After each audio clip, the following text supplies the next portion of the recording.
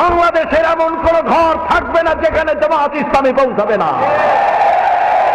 শান্তির জন্য কল্যাণের বার্তা নিয়ে সারা বাংলাদেশে সর্বত্র ইসলামের দাওয়াত পৌঁছে যাবে গণতান্ত্রিক পদ্ধতিতে।